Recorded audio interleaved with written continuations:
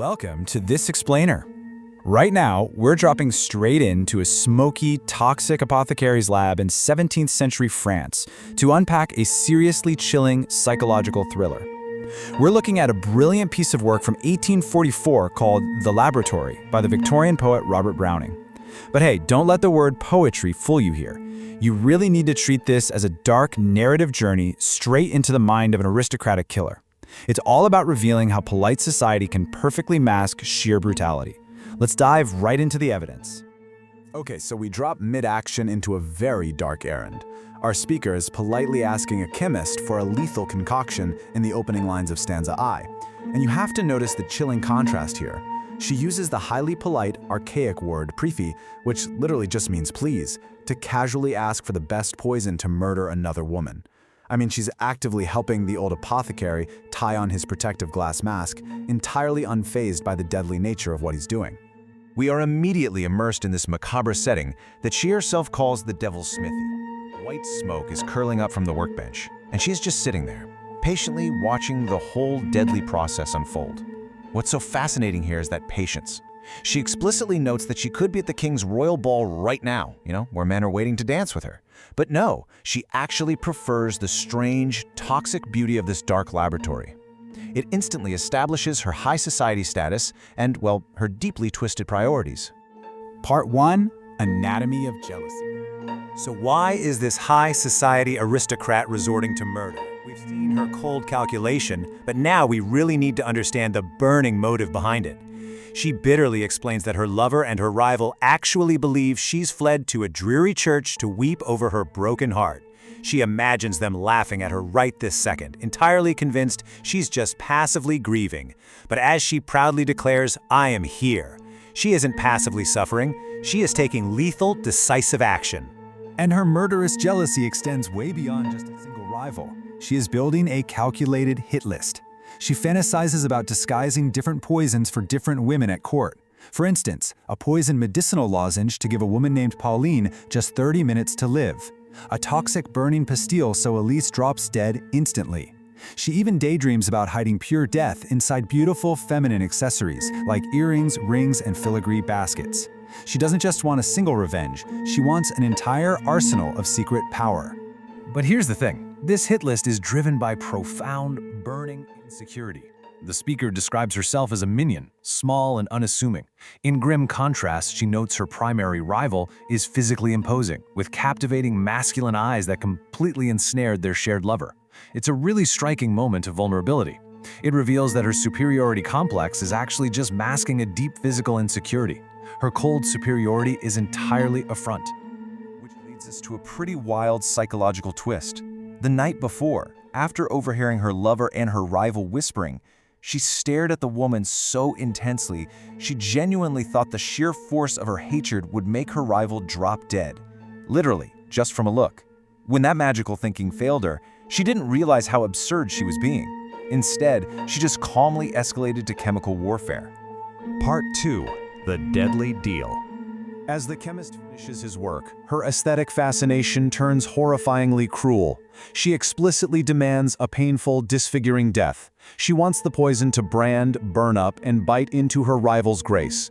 Her ultimate goal isn't just elimination. Oh no, it's to destroy the woman's beauty so completely that their shared lover is forever traumatized by the memory of her ruined, dying face. It is breathtakingly vicious. And the transaction closes with a startling, macabre payment. She tells the apothecary to gorge himself on her gold and take all her jewels. And then, super casually, she offers him a transactional kiss on the mouth as part of his fee. It's this emotionally dead gesture showing just how entirely disconnected she is from her own humanity. Her own body is just another coin in the purse to her. She is purchasing death, plain and simple. Ensuring her own safety, she simply demands the deadly dust be brushed off her clothes so she can seamlessly return to high society as if nothing has happened. Seriously, the only thing she's actually worried about is a stray speck of poison accidentally hurting her. Once brushed off, she announces her immediate plan. She's going straight back to the king's ball to dance. She's returning to the glittering social world utterly unburdened by the monstrous act she just purchased. Part 3, The Real Historical Murderess. To fully grasp this killer's mind, we have to look at the real history that inspired it. Robert Browning didn't just invent this terrifying scenario out of thin air. This whole setup is loosely based on the Marquise de Brinvilliers. She was a central figure in 17th century France's scandalous affair of the poisons.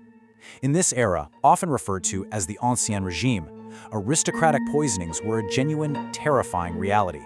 The Marquise was a high-status noblewoman, very much like our speaker, who used toxic chemistry to violently clear her own path to power. Her real-life crimes proved this was a very real threat at the time. The Marquise systematically poisoned her own father and 2 brothers, and she likely plotted against her husband too, all before being caught and executed by beheading in Paris in 1676. By tapping into this specific historical dread, Browning anchors his psychological thriller in a reality where the most beautifully dressed people at the royal ball might actually be carrying death in a filigree basket. Part 4. Browning's dramatic monologue.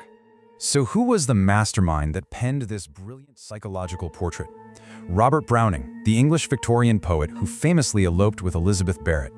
Born in London and largely educated in his father's vast library, Browning struggled early on with works like Sordello, but he really hit his stride in the 1840s, eventually publishing The Laboratory in his 1845 collection, Dramatic Romances and Lyrics. This cemented a legacy that would eventually land him in Poets' Corner at Westminster Abbey.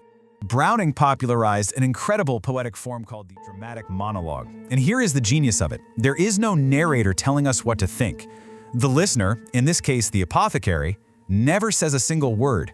We, the audience, are forced to listen directly to a single character as they inadvertently expose their darkest psychological truths. It's an incredibly modern, immersive way of storytelling that went on to influence major 20th century writers.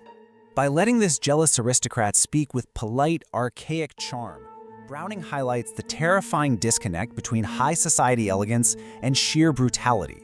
I mean, the speaker says prithee, she admires beautiful blue phials. She talks of dancing at the king's ball, all while buying a weapon of agonizing death. The contrast is what makes it so profoundly disturbing. The poetry itself is structured and articulate, proving that total refinement and monstrousness can easily live in the exact same person.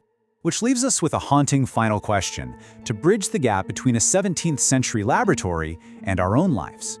Browning proved that charming speech and graceful manners can perfectly conceal a calculated killer. So, at your next social gathering, as you navigate the room, it certainly makes you wonder what monstrous intentions might be hiding just behind a very polite smile.